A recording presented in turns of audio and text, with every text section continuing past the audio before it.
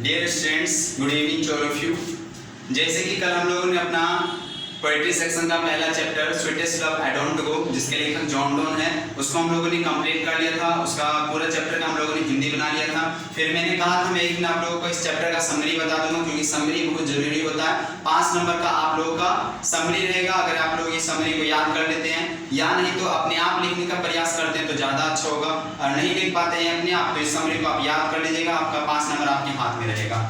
चलिए हम लोग अपना समरी याद करते हैं पहला चैप्टर का, जिस चैप्टर का नाम क्या था, sweetest love I don't go, मेरी प्यारी महबूबा मैं नहीं जा रहा हूँ, जिसके लेखक कौन है, जॉन डोन। समरी का हिंदी होता है सारांश। एक एक लाइन का हिंदी बनाएंगे।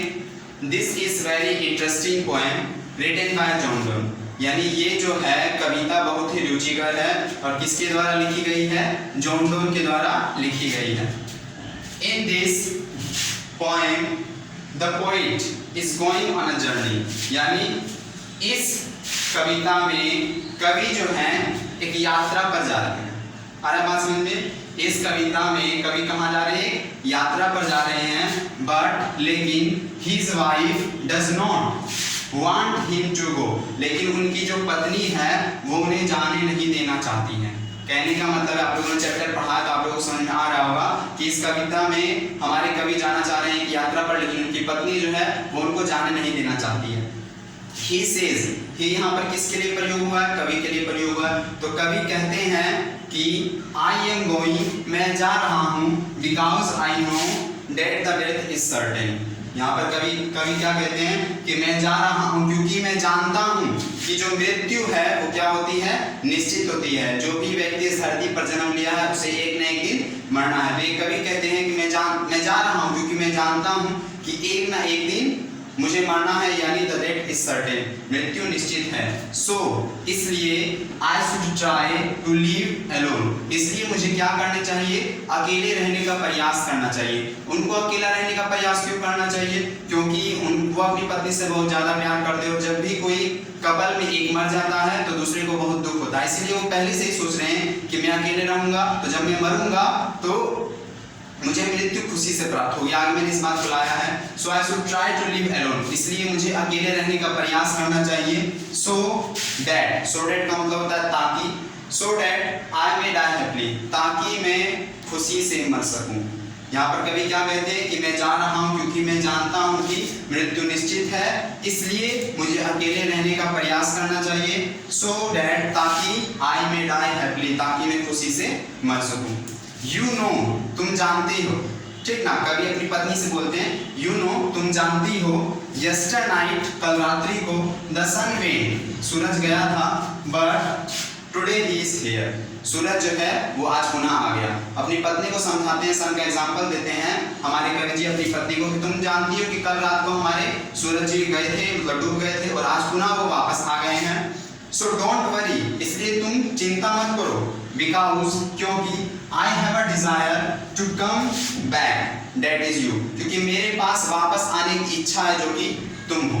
कभी यहाँ पर अपनी पत्नी को ये समझाना चाहते हैं कि सूरज के पास ना तो कोई इच्छा थी ना ही कोई छोटा रास्ता था, फिर भी वो वापस आया, इसलिए तुम मेरे बारे में टेंशन मत लो, क्योंकि मैं जो वापस आया। कवि जो बोलते हैं अपनी पत्नी को समझाते हुए बोलते हैं कि सूरज के पास ना तो कोई इच्छा थी ना ही उसके पास छोटा रास्ता था, फिर भी वो वापस आया, तो तुम मेरे बारे में चिंता मत करो, क्योंकि मेरे पास वापस आने की इच्छा जो कि कौन हो, तुम हो। I shall try to make the fastest journey than the sun।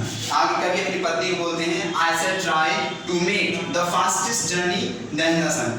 मैं जो है वो सूरज से भी ज्यादा तेज यात्रा करने का प्रयास करूंगा। कहने का मतलब है कवि का कि जितना देरी में सूरज यात्रा करता है मैं उससे भी तेज यात्रा करने का प्रयास करूंगा।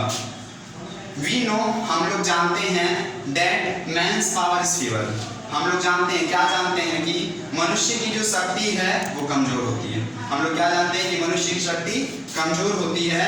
He can't add anything in his bad fortune, वो अपनी रूठी किस्मत पर, अपनी खराब किस्मत में कुछ भी अपने आप नहीं जोड़ सकता है। And recall the lost hour, और ना ही वो बीते हुए समय को वापस बुला सकता है। कहने का यहाँ कवि जी का कहने का मतलब क्या है कि मनुष्य की शक्ति बहुत कमजोर होती है, वो ना तो अपनी रूठी किस्मत पर कुछ भी जोड़ सकता है और ना ही अपने बीते हुए समय को वापस बुला सकता है। आगे पैराग्राफ चेंज करके, पैराग्राफ चेंज करना जरूरी होता है, उससे अच्छा लगता है लिखने में समय। द पोएट सेज, कवि कहते हैं कि टू हिज वाइफ, अपनी पत्नी को, कवि अपनी पत्नी को कहते हैं, क्या कहते हैं, दैट की इफ शी रिमेन्स सैड और वीप्स, यदि वो उदास रहती है या फिर रोती है। कवि अपनी पत्नी को कहते हैं कि यदि तुम उदास रहती हो या फिर रोती हो, ही विल डाई, तो वो मर जाएंगे। क्या वहां पर मरने का मतलब क्या था, उन्होंने दो प्रकार से अपने आप को समझाया था।